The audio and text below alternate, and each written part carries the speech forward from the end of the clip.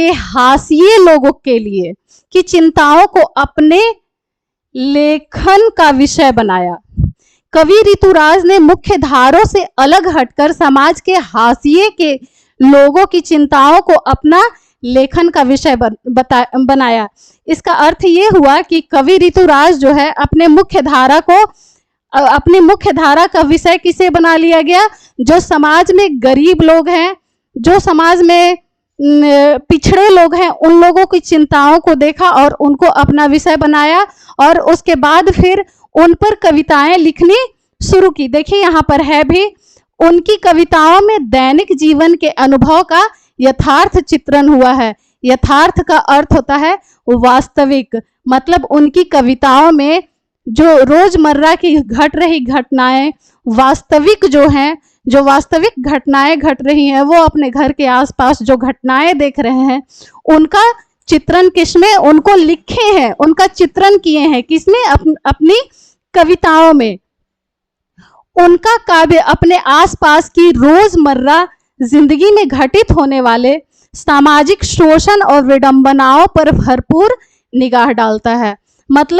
हमारे जो कवि हैं ऋतुराज, वो क्या करते थे, तो उनके घर के आसपास वो कहीं भी जाते थे, वहां अगर कोई चीज देखते, मतलब कहीं कोई किसी तरह की घटना घट रही है, कुछ भी देखते, तो वो क्या करते थे, उन्हीं पर कविता लिखते थे। वो उसी को ध्यान से देखते थे और उसी पर कविता लिखना शुरू कर देते थे। इसी कारण से उनकी भाषा अपने परिवेश और लोक जीवन से जुड़ी हुई लोक भाषा है। इसी कारण हम कह सकते हैं कि उनका जो भाषा है, कवि ऋतुराज का जो भाषा है, वो भाषा कैसा है? तो लोक भाषा है, घरेलू भाषा है। उनका भाषा कैसा है? घरेलू भाषा है। हमेशा वो अपने घर के आसपास हो रही घटनाओं को देखते थे, उन्हीं पर कविताएं लिखते थे। इसीलिए हम बोलते हैं कि कवि ऋतुराज जो है लोकभाषी कवि हैं, ऐसा हम कह सकते हैं। अब हम देखते हैं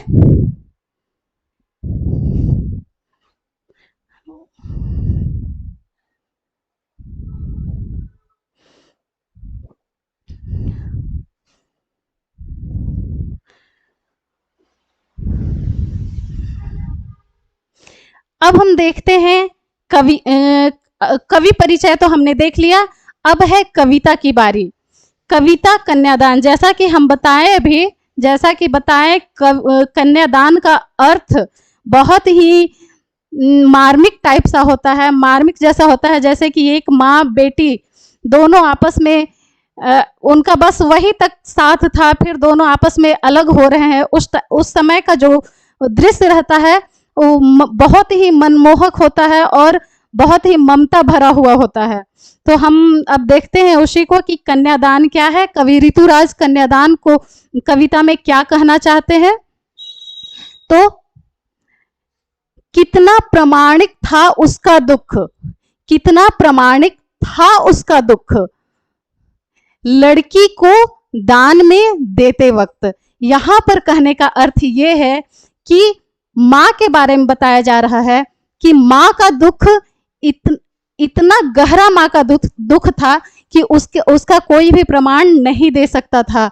कब? जब वह लड़की को दान में दे रही थी, जब अपनी बेटी की विवाह कर रही थी, और विवाह के दौरान जो एक रीति होती है कन्यादान का, वो कन्यादान कर रही थी। उस समय उसकी माँ जो थी इतना दुखी थी कि उसका कोई ठिकाना नहीं था, उसका कोई प्रमाण नहीं दे सकता कि उनकी माँ जो है, वो लड़की की माँ जो है कितना दुखी है। बहुत ही ज्यादा दुखी होती है। हर माँओं का यही होता है कि जब भी अपनी बेटी की कन्यादान करती है तो बहुत ही ज्यादा वो दुखी होती हैं।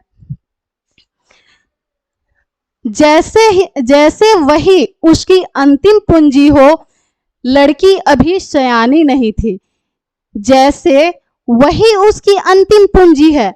अंतिम पूंजी कहने का अर्थ ये हुआ कि जमा की गई धनराशि, मान लिया जाए हम लोग बहुत सारे पैसे जमा करते हैं, गहना जेवर जमा करते हैं, और अचानक से कोई जरूरत पड़ आती है, कोई किसी तरह की घटना घट जाती है तो उनको निकाल कर देना पड़ता है, तो उस समय बहुत दुख होता है।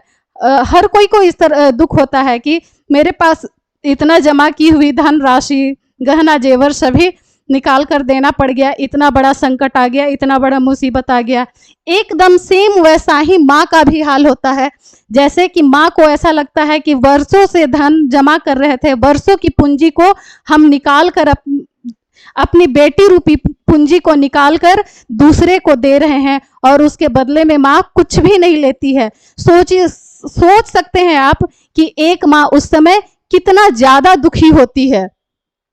और माँ यह भी सोच रही है, यह भी कर रही है कि उनकी लड़की जो है वह अभी सयानी नहीं हुई थी, मतलब बड़ी तो हो गई थी लेकिन वो समझदार नहीं बनी थी, वह अभी समझदार नहीं हुई थी, वह समाज के बारे में अच्छी तरह से जानती भी नहीं थी, बस जानना सीख रही थी कि समाज में किस तरह से लोग रहते हैं, किस तरह के लोग होते हैं, जानना सीख रही थी।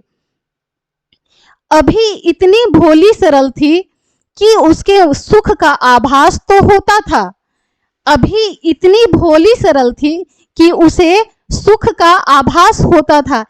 अभी इतनी भोली सरल का अर्थ होता है, भोली मतलब एकदम साधारण सी लड़की, जो एकदम मासूम लड़की जिसको किसी भी तरह का कोई चिंता नहीं है। सरल मतलब एकदम साधारण, भोली मतलब सीधी साधी, और सरल मतलब साधारण। भोली मतलब होता है सीधी